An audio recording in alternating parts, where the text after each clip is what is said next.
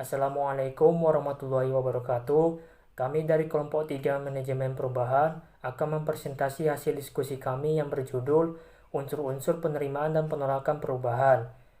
Baik, saya akan memperkenalkan nama-nama kelompok saya. Yang pertama dengan saya sendiri, Rizky Hambali Hasibuan. Yang kedua dengan teman saya, Akila Tamima. Yang ketiga dengan teman saya, Widya Saputri. Baik, materi pertama yang akan disampaikan oleh Akila Tamima. Brand barrier dalam perubahan. Otak menjadi pusat pencatatan segala pengalaman dan hal-hal yang diterima oleh panca indera, sekaligus pusat ingatan dan faktor penentu tindakan. Ada yang mengatakan kita bisa mengubah diri kita sendiri jika kita benar-benar menginginkannya. Namun jika ingin mengubah kepribadian yang telah terbentuk sepanjang hidupnya, maka terlebih dahulu ia harus melewati sejumlah rintangan. Perubahan hanya terjadi akibat hal-hal tertentu. Hanya mereka yang masih bermasalah dengan kebiasaannya dan tidak menemukan jalan keluar lain, mereka yang otaknya mungkin sudah siap untuk sebuah perubahan. Perubahan perlu dukungan. Hal penting lainnya adalah ada sumber dukungan lain yang diketahui. Profesor Roth telah melihat hal ini dalam beberapa terapi dengan remaja kriminal. Beberapa dari mereka yang telah berubah menjadi lebih baik, meskipun mereka dilecehkan dan diabaikan di masa kanak-kanak. Dalam hal ini, ada orang lain yang bisa dijadikan referensi, misalnya paman, bibi, atau seorang guru. Dan menurut mereka, hubungan inilah yang membantu mereka mengatasinya, kata Gerhard Roth. Menurut pengetahuan kita saat ini, itulah juga yang mengurangi rasa sakit yang disebabkan oleh tindakan orang lain dan jadi menjadi sumber kekuatan. Perubahan mengandung resiko. Menurut Gerhard Roth, semakin tinggi posisi seorang, semakin sulit untuk berubah. Di tingkat bawah atau menengah, orang lebih bersedia mendengarkan saran. Roth mengungkapkan bahwa semakin tinggi seseorang mendaki karir, semakin besar juga jarak antara mereka dan orang lain. Karena perubahan tentu juga berarti perubahan dalam posisi kekuasaan. Mengatasi hambatan perubahan. Jika suatu perubahan diterapkan, hambatan yang mungkin terjadi adalah resistensi terhadap perubahan tersebut. Dan menurut Robbins, beberapa hal dapat dilakukan untuk mengatasi perubahan tersebut, yaitu yang pertama komunikasi, yang kedua berpartisipasi, yang ketiga kemudahan dan dukungan penolakan, yang keempat perundingan, yang kelima manipulasi dan kooptasi, dan yang terakhir pemaksaan. Unsur keberhasilan perubahan. Ada 7 unsur yang menentukan keberhasilan suatu perubahan, yaitu 1. Kemauan yang kuat untuk berubah adalah kemauan yang kuat untuk melakukan perubahan karena di mana ada kemauan, di situ ada jalan. 2. Visi bersama tentang perubahan adalah kesamaan dari apa yang ingin Anda ubah. Ada kesamaan yang jelas, arah yang ingin kita ubah atau arah yang ingin kita capai dari perubahan yang diinginkan.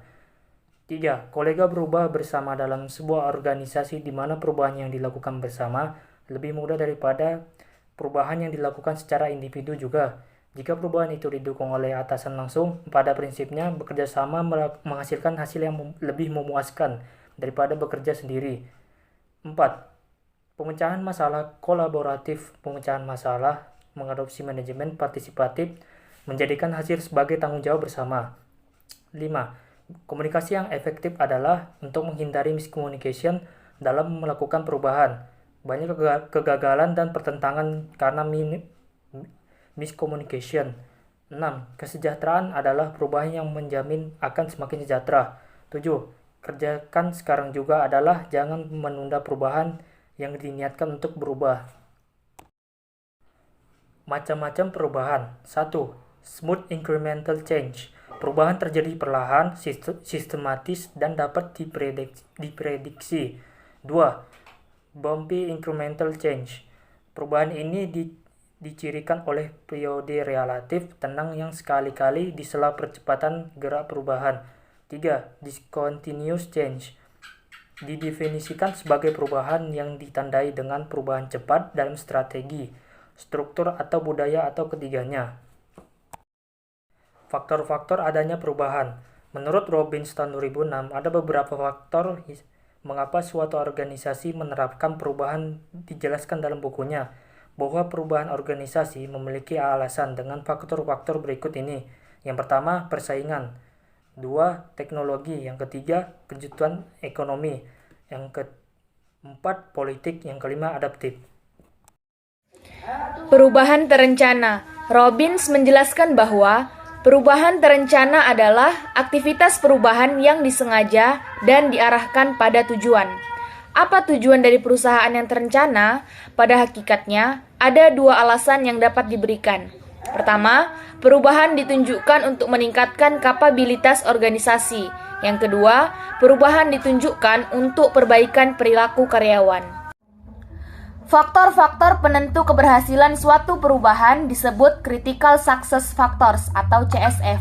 Yang pertama, saat memulai perubahan, pemimpin organisasi harus menentukan faktor-faktor penentu keberhasilan ini. Bahan analisis faktor-faktor tersebut diambil dari strategi perusahaan atau bisnis strategi dan budaya perusahaan atau corporate culture.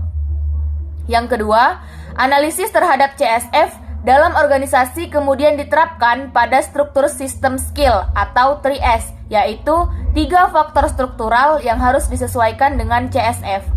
Yang ketiga, perubahan struktur sistem skill harus dikelola sedemikian rupa untuk mendorong perubahan perilaku anggota organisasi. Ini adalah dasar dari keunggulan organisasi dan perbaikan di masa depan. Baik, untuk kesimpulannya adalah perubahan pada dasarnya bukan tentang penerapan teknologi, metode, struktur, atau manajer baru. Perubahan pada hakikatnya adalah mengubah cara manusia dalam berpikir dan berperilaku. Dari pernyataan tersebut, dapat disimpulkan bahwa hakikat manusia selalu berubah sesuai dengan tuntutan perubahan. Perubahan manusia ini meliputi perubahan pola pikir, sikap, perilaku, sistem, nilai, metode kerja, dan lain-lain. Namun, banyak individu dan organisasi yang menyukai perubahan. Namun, perubahan tidak dapat dihindari dan harus dihadapi. Oleh karena itu, diperlukan manajemen perubahan agar proses dan dampak dari perubahan tersebut dapat dibawa ke titik perubahan yang positif, yaitu manajemen perubahan. Pada dasarnya, semua perubahan yang dilakukan pada suatu organisasi ditunjukkan untuk meningkatkan efisiensi organisasi, mencari berbagai peningkatan kemampuan atau keterampilan organisasi.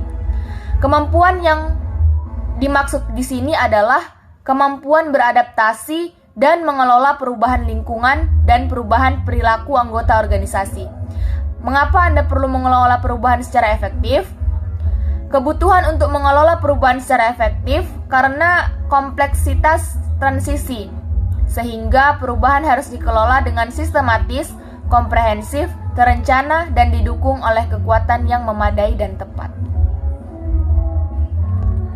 Sekian dari presentasi kami. Jika ada kesalahpahaman, mohon maaf. Assalamualaikum warahmatullahi wabarakatuh.